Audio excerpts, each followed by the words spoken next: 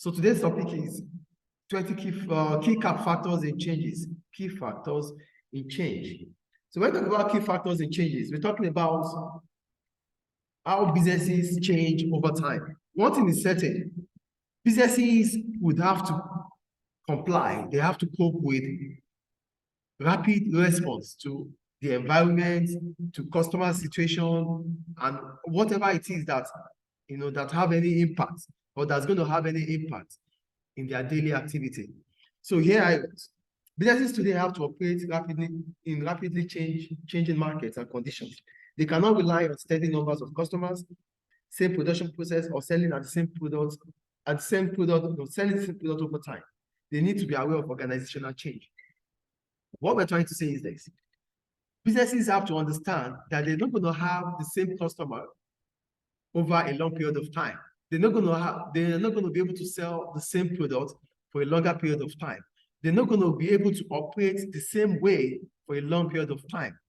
It's necessary for them, it's compulsory for them to change if they have to remain competitive in the market. So that is what it's about. So what is organizational change? Organizational change means the process of a large company being able to change its method. So as a firm or as a business, in as much as you are becoming bigger, it is important for you to understand that you need to change your methods of operation. So the process through which you change your method of operation is what we call organizational change. I think that is clear. I think it's clear, right? Okay. So what are the possible changes? What are the possible causes of change in a business? I wrote, one, business size. The size of a business will naturally change as soon as it seeks growth. The first thing that's going to change about our business when it thinks about growth is the size of the business. So in as much as you are thinking about expansion, it naturally means that your business would have to change in size. And when we talk about the size, we're talking about the number of workforce, we're talking about the premises you use, we're talking about the kind of equipment you use. All these things have to change because the business is changing in terms of growth. Two, poor business performance. For poor business performance, I wrote, a company which has a period of poor performance will likely need to change its method by probably changing the management staff to bring in better ones to be able to regain customers, sales, profit, or reputation. Another reason why a business would have to change is if the business is coming through a very poor period in terms of performance. If a business is performing poorly in the market, it means it would have lost customers, it would have lost a lot of sales, it would have lost a lot of revenue and reputation. So a business that is in this type of situation should definitely change its management. So this kind of change should be a rapid one, a very rapid one. If not, the business might be out of business. So for a business that is coming through a poor period in terms of performance, it needs to change immediately. And what can it change? It can change the management to transform the business. The third reason why changes is important is that market changes and other external factors. So when we talk about market changes and external factors, we are talking about pest tool analysis. We're talking about political, economical, legal, environmental, and what again? We have political, economical, social, technological, legal, and environmental. All these factors can also make a business to change, because as a business, there's nothing you could do about these external factors than for you to adapt. And in the course of adaptation, it means you are trying to change the face of the business. That is for market changes and other external factors. Changes in ownership. When we talk about changes in ownership, we're talking about integration or internal growth. In as much as the business is changing its ownership structure, it means it is necessary for the business to go through the process of changes too. So here I wrote, a change in ownership which could be as a result of merger or acquisition or internal growth will bring a definite change to the business. If the business is changing internally or externally, it is definitely certain that the business would also change in terms of its operation. So how do we manage change? Managing change. Here I wrote, there's what we call change management. And for change management, it means the process of organizing and introducing new methods of working in a business. So when a business is trying to introduce a new method of working, a new method of operation, we call it management change or change management. So these changes can be driven from within the business or as a result of responding to external environment caused by external factors. Why will a business try to manage change? A business will think about management of change if it's trying to respond to the internal change, or that means it's trying to respond to internal growth or trying to respond to external factors.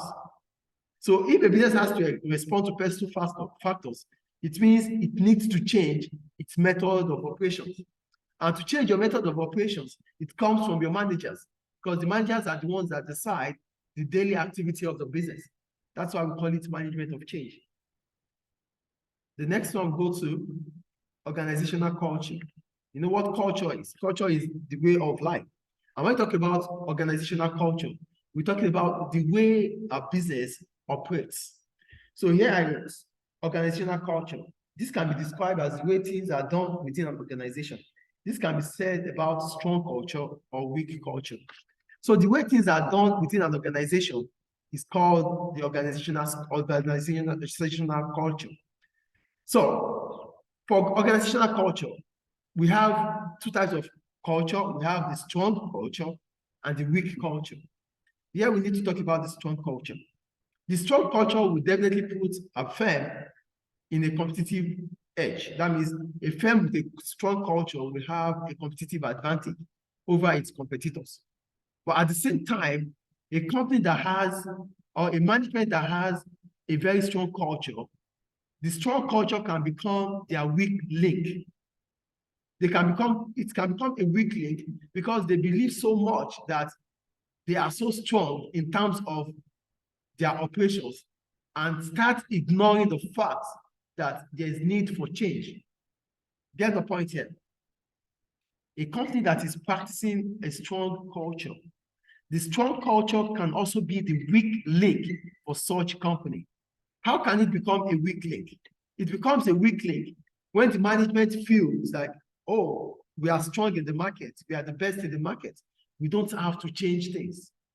So they ignore the impact that changes could bring into the organization, and that might be the beginning of their fall.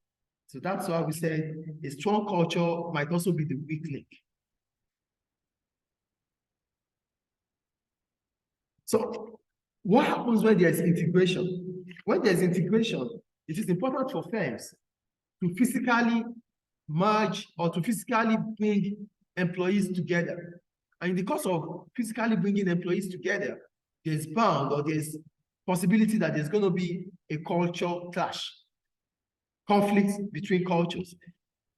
Business A, business B coming together. Business A has its own culture. Business B has its own culture. Trying to put this culture together might become a problem. So what should a business do to avoid culture clash? That's where we're going. So I wrote, during integration, there might be culture clash. So a business might try to avoid this by taking the following measures. So these are the things a business should do to avoid culture clash. Number one, identify and analyze cultural differences between a merger, before a merger goes ahead. So the first thing you have to do as a business is to try to identify, is to try to understand and make it known what kind of culture are being practiced between the merging companies, so that you can at least put certain measures on how to merge them together. Find out what kind of culture business A has. Find out what kind of culture business B has. Then try to find the similarities between these cultures and the differences between these cultures before you merge them, before you get them integrated. That would reduce culture clash. 2, communication. When you talk about communication, communication is key to any organization. So try to inform your employees the purpose of merger and its possible effects. You inform your employees that, oh, we're going to merge. Why are we merging? These are the purpose of merging, and these are the positive effects of merger. Try to do that. It will also help to reduce culture clash. The third one, define and implement a new culture by clarifying behavioral norms. When you clarify behavioral norms, it means you are making the workers to understand that now that there's integration, they have to start working as a new employee. They should forget about the old practices. This would also reduce culture clash or makes you to avoid culture clash. The fourth one, celebrate and accept change by emphasizing the benefits and the opportunities that staff might enjoy. Celebrate and accept them, embrace changes. Let them understand why it is important for them to change. And as soon as that is done, let them realize the importance, the opportunities that are there in the future if they are able to accept these changes.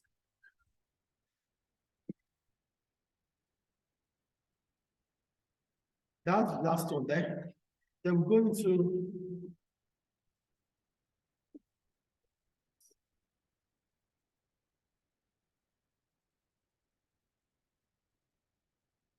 go to sizes of organization. For the size of organization, definitely firms will want to grow. And growth is a key objective to most of the businesses. So the size of the business might determine how successful.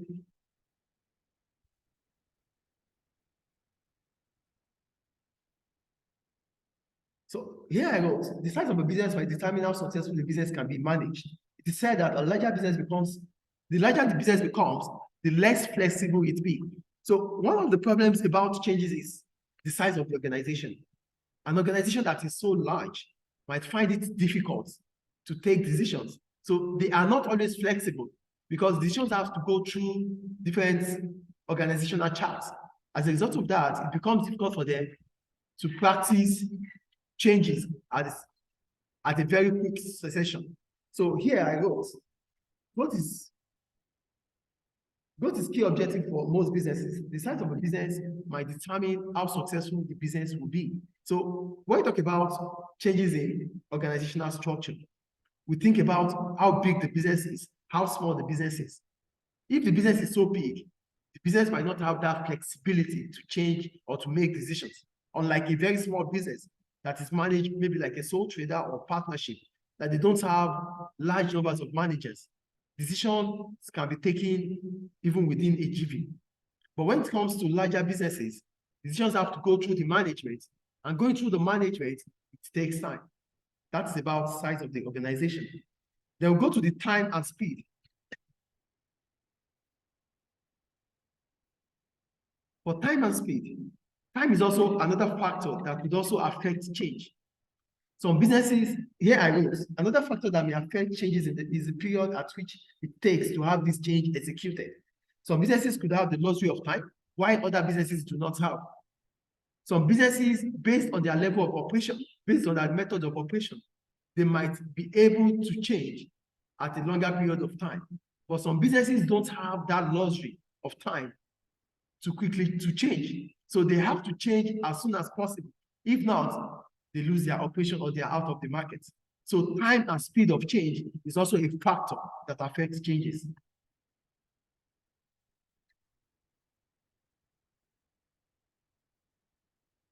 Then we go to managing resistance to change. So whenever changes have to occur in a business, the stakeholders find it difficult to accept changes. They resist changes.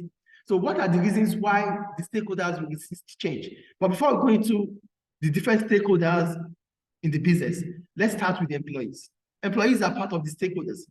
Why would employees feel that they don't want to change? What are the reasons why employees would resist change? Number one, fear of the unknown. When you talk about fear of the unknown, this simply means employees, they feel comfortable using the same practice they are used to than accepting a new plan or a new practice. That's the first problem, the fear of the unknown. And when you talk about the fear of the unknown, it means employees might feel comfortable using the old practice than embracing a new one. 2, employees and managers may fear they will be unable to carry out new tasks, which might mark the end of their engagement in the organization. Another problem employees do have, why they don't want to embrace change, is that they might feel like, oh, this new change that is coming about, that's coming, might make us redundant. We might not be able to carry out new tasks. And if we are unable to carry out these tasks, we might lose our jobs. So they don't want it at all. The point is, employees and managers, whenever there's time to change, they find it difficult to accept. Why do they find it difficult to accept? They find it difficult to accept because they feel they might not be able to carry out the new task. As a result, they might lose their jobs, and they don't want to lose their job. The third one, individual workers might be worried that they may no longer work with those that they are familiar with. Another reason why employees would want to resist change is they might feel that the new change will bring about new people to their working environment. And when new people come into the working environment, the old ones that they are used to or they are comfortable with might be out. So they fear to lose those people that they feel comfortable working with. That's another reason why they might resist change. That is for the employees. Now we go to the owners of the business. For owners of the business, why do they want to resist change? Why don't they want to change the method of their business?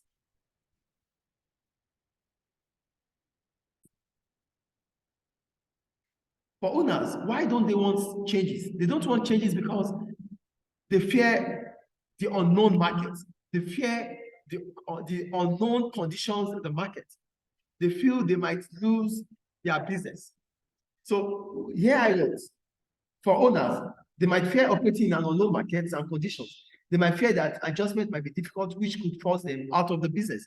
So owners of the business don't want to embrace change because changes might mean that they have to change, they have to go into a new market, they have to face different market conditions, which they might not be able to cope with, or they might not be able to adjust. And as a result, they might be out of business. So they don't want to change to a new thing. For customers and suppliers, since customers and suppliers are part of the stakeholders, why sometimes they don't want change too? Here I wrote, they may be unwilling to change their practices. Customers and suppliers, they have the way in which they deal with businesses. And if the business is embracing change, for the customers and the suppliers, they might not be willing to change. They might not be able to take the new practice the business is introducing. So what are the reasons why these stakeholders may not want to engage into new practices? Number one, disagreement with the reasons made for change. They might not agree with those reasons the business has put forward to them as a result of change. 2, fear of impact. They might feel embracing change might bring a negative impact to their dealings with the business. 3, lack of understanding. They might not get the full knowledge or full understanding of why the change is important. 4, disagreement with the process involved. The process of change might not be what they like. As a result, they don't want it at all. 5, lack of involvement. The business might not inform them at the beginning of that change, so they don't want to accept it anymore. 6, general inertia. When we talk about general inertia, it means the customers, the stakeholders, they are satisfied with the present method of operations. They don't want a new method. So these are the reasons why different stakeholders would resist change. So what could happen afterwards? Businesses should try as much as possible to ensure that these stakeholders understand the importance the positive impact of changes to the business world. Now, the last thing about this chapter is transformative leadership. When talking about transformative leadership, here I wrote, sometimes change occurs as a result of a change occurs as a result of change in management. So when the business appoints a new chief executive officer, he or she will bring in new ideas and changes to the company and new changes to the company to improve the performance of the business. So when we talk about transformative leadership, we're talking about a leader that comes into the organization and change the system, the method of operations, so that the business can perform better. That's the kind of leader we call transformative leader. So that's all about chapter 20. Do you have any question about it?